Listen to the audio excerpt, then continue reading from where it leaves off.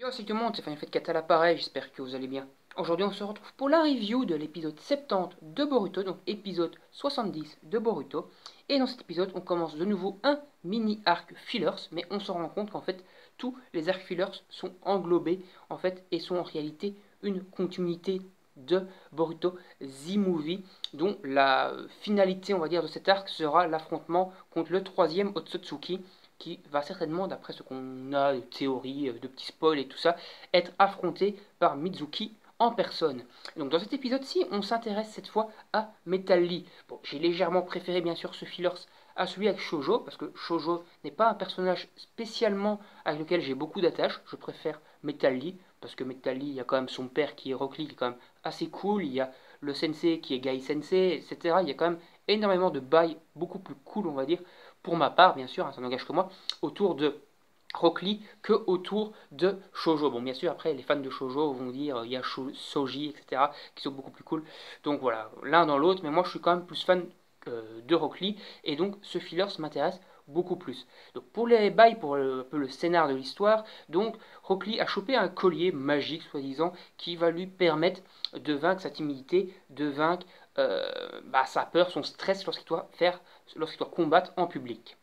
Donc il s'entraîne avec son père, avec Rock Lee, et il veut à tout prix essayer d'apprendre la technique de l'ouverture du lotus, l'ouverture de toutes les portes là, donc que connaît Rock Lee et que connaît Gai Sensei également. Mais bien sûr, c'est une technique super dangereuse, donc son père n'est pas spécialement chaud à lui enseigner, et surtout qu'en plus cette technique a coûté les jambes à Gai Sensei, qui est un fauteuil roulant, depuis l'utilisation de cette technique au niveau maximum. Donc cette technique est quand même super dangereuse, et donc il est logique que Rock Lee ne soit pas spécialement emballé par l'idée que son fils veuille utiliser ou apprendre en tout cas cette technique qui peut être très dangereuse pour son corps. Je rappelle que Rock Lee a quand même vécu également ça en perdant quasiment également l'usage de tous les membres de son corps après avoir utilisé cette technique contre Gaara, et qu'il a été également super blessé, et qu'il avait d'ailleurs une chance sur deux de ne plus pouvoir jamais être ninja après donc avoir utilisé cette technique. Ici donc on comprend les bails.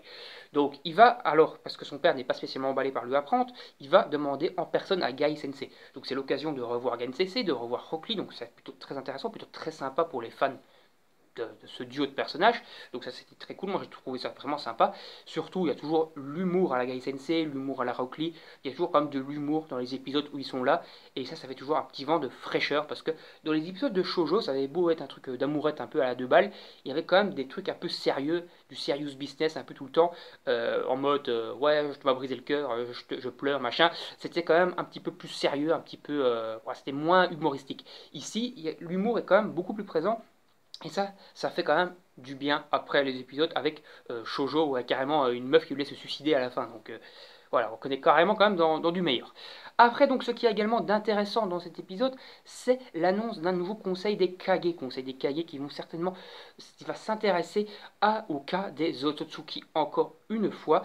Et lorsque ce conseil des Kage, lorsque enfin le troisième Otsutsuki sera, je ne reviens jamais sur son nom, c'est Arakishi ou un truc comme ça. Bon, en tout cas, lorsque le troisième Otsutsuki sera vaincu, on aura enfin mis derrière nous tout ce qui est lié aux Otsutsuki, du moins logiquement, parce qu'après on va enchaîner sur l'arc Tendo et sur l'arc Kara, au niveau du manga papier du moins. Et après, je ne pense pas qu'il y aura spécialement énormément d'arcs après l'arc Kara. L'arc Kara, donc la finalité sera le combat Kawaki-Boruto avec le village Konoha détruit, ce qu'on a vu dans le flash forward au tout début du manga, au tout début de l'anime. Donc la finalité c'est ça. Et donc logiquement c'est censé être la fin du manga. Comme Kawaki est déjà présent dans l'arc Kara, théoriquement l'arc Kara sera le dernier, à moins qu'après le flash forward il nous sorte une suite.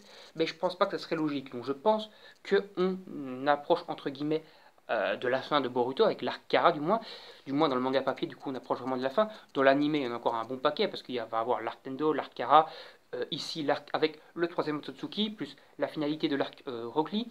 Donc voilà, donc un épisode vraiment sympa sur les motivations, sur Rock Lee qui veut s'entraîner, enfin sur Rock Lee, ce Metal Lee qui veut s'entraîner, qui veut réussir à vaincre sa timidité, toujours un petit peu de morale au niveau du fait qu'il utilise donc un artefact à ce collier pour essayer de vaincre son stress et sa timidité, et donc la morale c'est c'est mieux de réussir par soi-même plutôt que d'utiliser des artefacts. C'est toujours mieux de réussir ce qu'on entreprend avec notre propre volonté, surtout la volonté de Guy Sensei, qui est toujours d'aller plus fort, toujours plus loin, s'entraîner toujours à fond, mais sans tricherie, quoi, tout simplement, en utilisant ses propres capacités, ses propres forces. Donc voilà. Donc comme dans l'arc Shoujo, au final, on reste toujours dans une finalité amorale, la morale de réussir par ses propres moyens, on va dire, sans tricher, sans utiliser de subterfuge pour réussir à nos fins. Voilà, ça c'est plutôt aussi très intéressant. Au niveau de la musique, au niveau de l'animation, comme d'habitude, on reste dans du très bon. Boruto a toujours des bons animateurs, des bonnes animations, des bons dessins, tout est toujours parfait à ce niveau-là, même dans les fillers, et ça c'est plutôt cool, et certains animés devraient quand même en prendre de la graine et vraiment s'inspirer de Boruto pour pouvoir faire leurs œuvres. Je vise par exemple Dragon Ball Super bien entendu, où en général les fillers sont vraiment animés avec les couilles parce que ça ressemble pas vraiment à grand chose au niveau en général dans les fillers, et même parfois dans les trucs principaux c'est vraiment fait à la va-vite, à l'arrache. Ils devraient vraiment s'inspirer de Boruto, et comme certaines personnes le disent, le youtubeur Gonzalo en l'occurrence, que Boruto, on voit que c'est fait par des passionnés, que l'anime est fait par des passionnés, et Dragon Ball Super devrait vraiment y mettre un peu plus de passion au niveau donc, des animations, etc. Et alors il pourrait être aussi un très grand manga. De toute façon, Dragon Ball Super est un très grand manga, je ne dénigre pas Dragon Ball Super bien entendu. Donc on va s'arrêter ici pour cette review, donc n'hésitez pas à donner votre avis en commentaire sur cet épisode fillers, qui pour ma part était un très bon filler. C'est un truc franchement qui permet de patienter, qui a introduit déjà pas mal de petites pistes pour le prochain gros arc, même si le prochain gros arc, je rappelle, hein, le troisième Otsutsuki, ça reste du fillers.